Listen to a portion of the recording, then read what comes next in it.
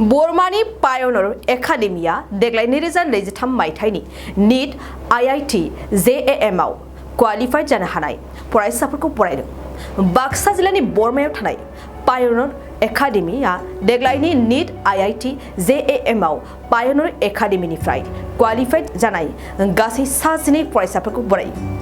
बरायनाय फरायसाफोरनि मुङा फारियै IIT BTECनि कमल बर', नबनीता बसुमतारी, दानसोरां नार्जारी, जोंसार बर' आरो मृत्युंजय बसुमतारी। फारसेथिं नीट MBBS निफ्राय हरेन्द्र मुसाहारी, नेप्सुन बर' आरो हिरकज्योति बर'आ जायगा मोन्दों। ओरैहाय JAM मास्टार अफ साइन्स निफ्राय सोरांसार बसुमतारी, दोनमणि रामसियारी, सोमदोन दैमारी आरो कृष्णा बर' बिसोरखौ दिनै मोनसे मेहेरगोनां हाबाफारिनि गेजेरजों बरायदों। दिनैनि बे हाबाफारियाव गोबां फरायसाफोराबो बाहागो लादोंमोन। आंनि मुङा सोमदोन दैमारी। दा दिनै बे पायनर एकाडेमि जोंनि बे HS कलेजाव फैनानै आं जोबोद गोजोननाय मोन्दों। दिनै बे कलेजनि मेनेजिं कमिटि आरो टिचार्स गासैबो जयै जोंखौ बरायनायनि थाखाय जों जोबोद गोजोननाय मोन्दों। जोंनि इयुनाव जाहाथे जोंखौ जौगानायाव थुलुंगा होदों, बरायनानै जोंखौ गोसोआव दा थुलुंगा होदों, बेनि थाखाय जों गोजोननाय मोन्दों। आंनि इयुन थांखिया जाबाय आं IIT मान्डियाव MSc खालामनोसै, बिनि उनाव PhD लाइनाव थांनानै रिसार्च लाइनाव थांनो। आं दिनै जोबोद गोजोननाय मोनबाय फरायनानै। आं सानाखैमोन आं IIT मोनगोन, नाथाय ओंखायनो आं बिराद खस्थ' बानायनानै फरायदोंमोन। ओमफ्राय आं दा IIT मोननानै जोबोद खुसि मोनबाय, बरायजाबाय। HS खौ बे पायनर एकाडेमिनिफ्रायनो पास जादोंमोन। आंना IIT खड़गपुराव मोन्दों। आंनि ब्रान्चआ जाबाय ASEAN engineering and naval architecture. आं गेदेर देरना बेखौनो बिजनेस खालामनो सानदों IIM आव थांनानै, बिनि उनावहायो जेब्ला BTEC खालामखांनानै बिदिनो।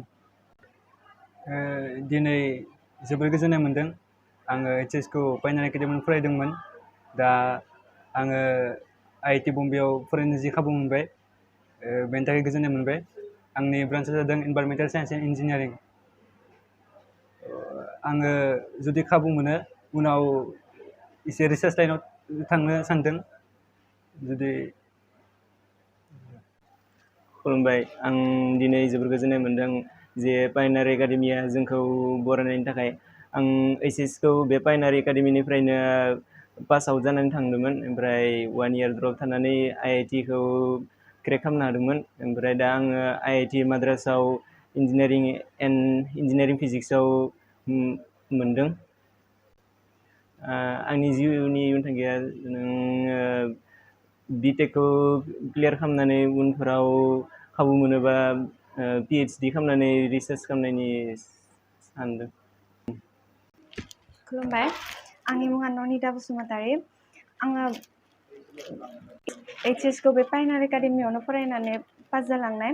बेनिफ्राय आङो 1 इयार ड्रप थानानै JEE एग्जाम होनायाव एबार क्वालिफाइ जाबाय। ओमफ्राय आं IIT दिल्लीआव इन्जिनियारिं फिजिक्सआव BTEC खालामनो थांगासिनो दं।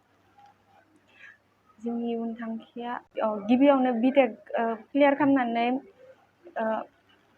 PhD खालामनानैसो रिसार्च फिल्डआव थांनो सानगासिनो। जोबोर गोजोननायनि बाथ्रा आरो गोग्गानायनिबो बाथ्रा जे जोंनिनो इनस्टिट्यूशननि माखासे स्टुडेन्टफोरा IIT आवहाय एडमिशन मोनदों।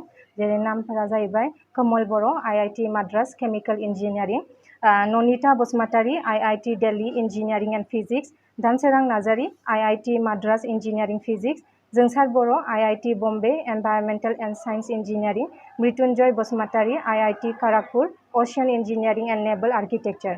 आरो नीटआवहाय उथ्रिसार जानो हानायफोरानो जाहैबाय हरेन्द्र मुसाहारी, नेप्सुन बर', हिरकज्योति बर'।